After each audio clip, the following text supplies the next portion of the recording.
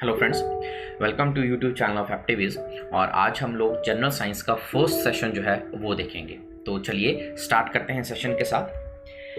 First question है हमारे पास, clouds are formed by, बादल कैसे बनते हैं। तो साइंस में कौन सा ऐसा प्रोसेस है जिसके कारण हमारे क्लाउड्स जो है वो बनते हैं।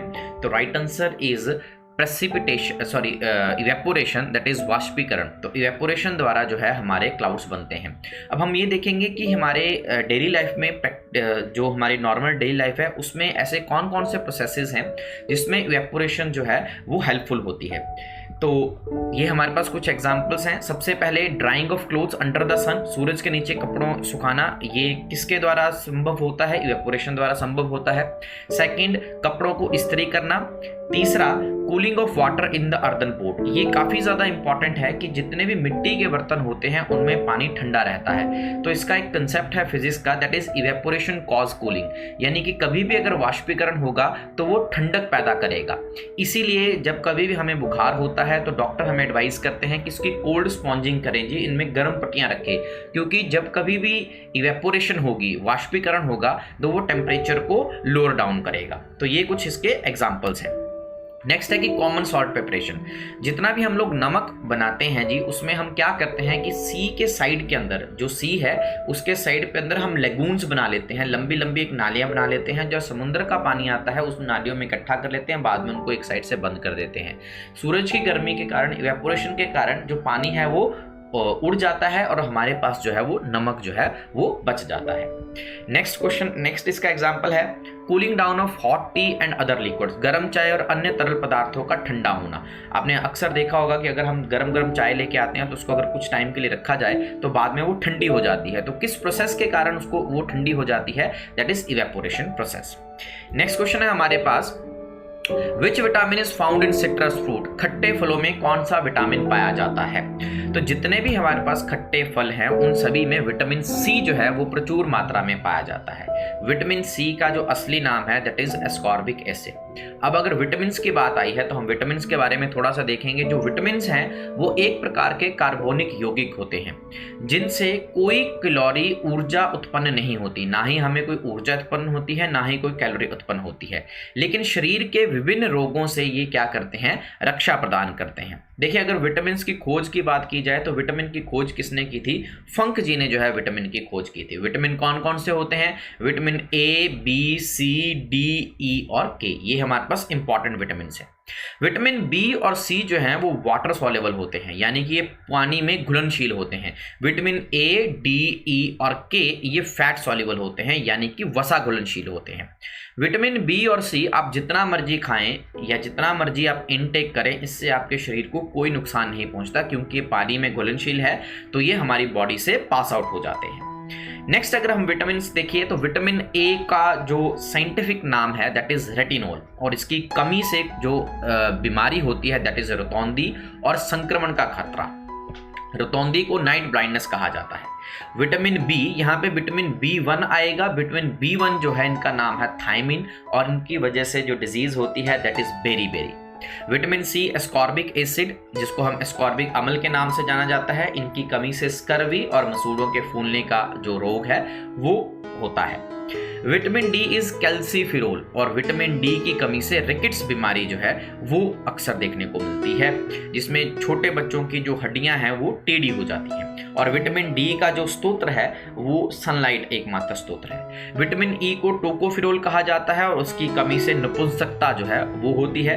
विटामिन के फाइलोक्विनोन के नाम से जाना जाता है, और इसमें रक्त का थक्का ना बनने की बीमारी जो है विटामिन के की कमी के कारण होती है। नेक्स्ट क्वेश्चन देखिए। नेक्स्ट क्वेश्चन है हमारे पास,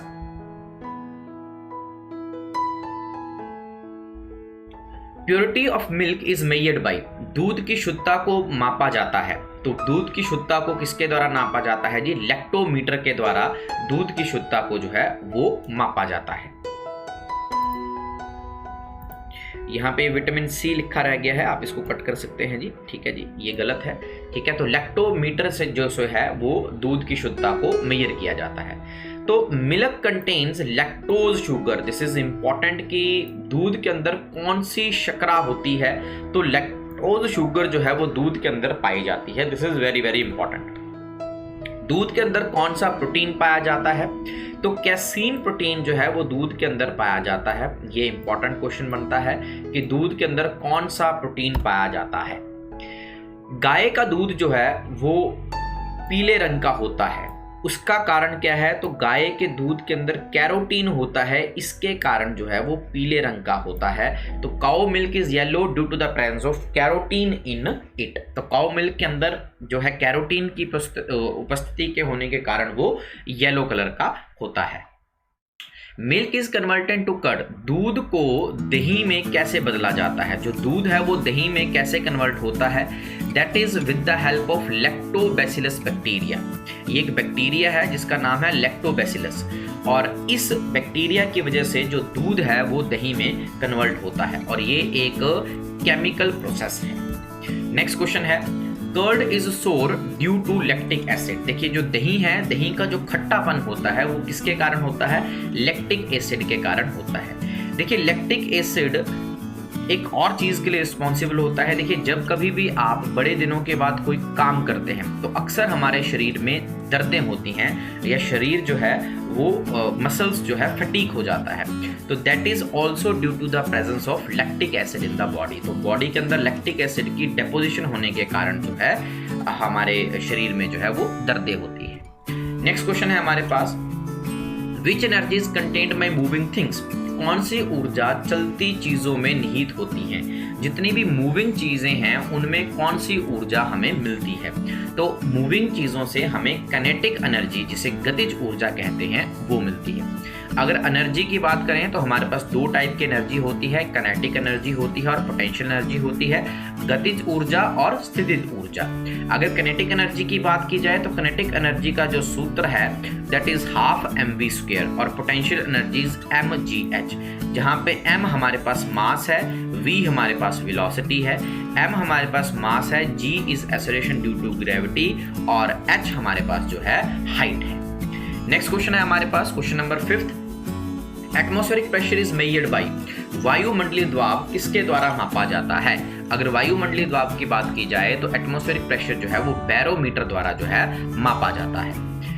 राइजिंग बैरोमीटर इंडिकेट। देखिए अगर बैरोमीटर के रीडिंग के अंदर राइज मिलता है आपको तो वो क्या इंडिकेट करता है? वो अनसेटल्ड वेदर इंडिकेट करता है, यानी कि अनिश्चित मौसम का संकेत देता है। यदि बैरोमीटर स्टडी है, स्थिर बैरोमीटर है, तो वो हमें क्या दिखाता है? ठीक मौसम का संकेत देता है, यानी कि हमारे पास फाइन वेदर है।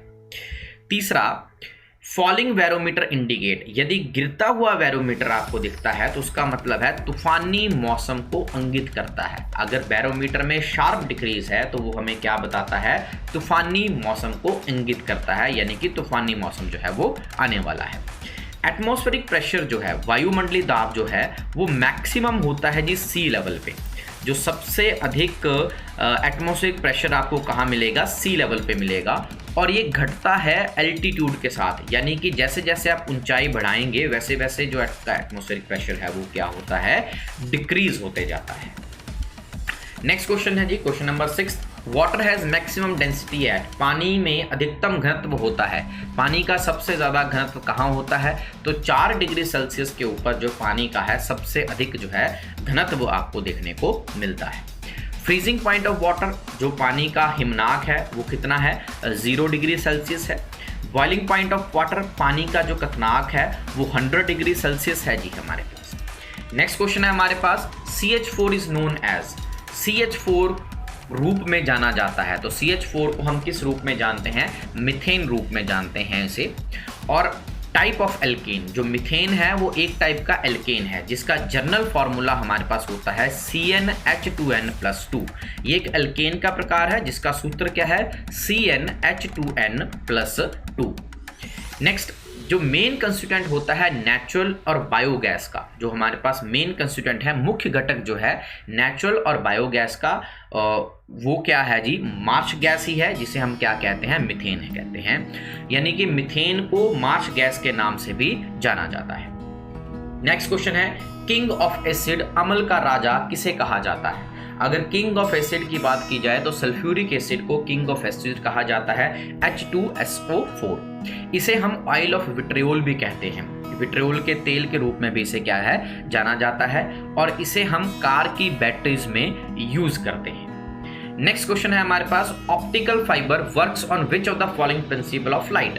प्रकाशीय तंतु निम्नलिखित में से प्रकाश के किस सिद्धांत पर कार्य करता है। तो अगर ऑप्टिकल फाइबर की बात करें तो optical fibre total internal reflection के ऊपर काम करता है। टोटल इंटरनल रिफ्लेक्शन के और एग्जांपल हमारे पास कौन कौन से हैं? शाइनिंग ऑफ अ डायमंड, हीरे का चमकने का सिद्धांत क्या है? Total internal reflection. दूसरा, फॉर्मेशन ऑफ मिराज, मृग तृष्णा जो हम गर्मियों में अक्सर देखने को मिलती है, उसका भी कारण क्या है? Total internal reflection. Now last question is rusting is a, जंग लगना क्या है? तो रस्टिंग एक प्रकार की रेडॉक्स रिएक्शन है जिसे ऑक्सीडेशन एंड रिडक्शन के नाम से जाना जाता है। रेडॉक्स रिएक्शन वो रिएक्शंस होती हैं जिनमें एक साथ ऑक्सीडेशन और रिडक्शंस दोनों होती हैं। तो this is all about your today's session. Hope आप लोगों को सेशन अच्छा लगा होगा। अगर सेशन अच्छा लगा है तो आप इसे लाइक और शेयर जरूर करें। Thanks to be the part of Aptivist. जय हिंद, जय भारत।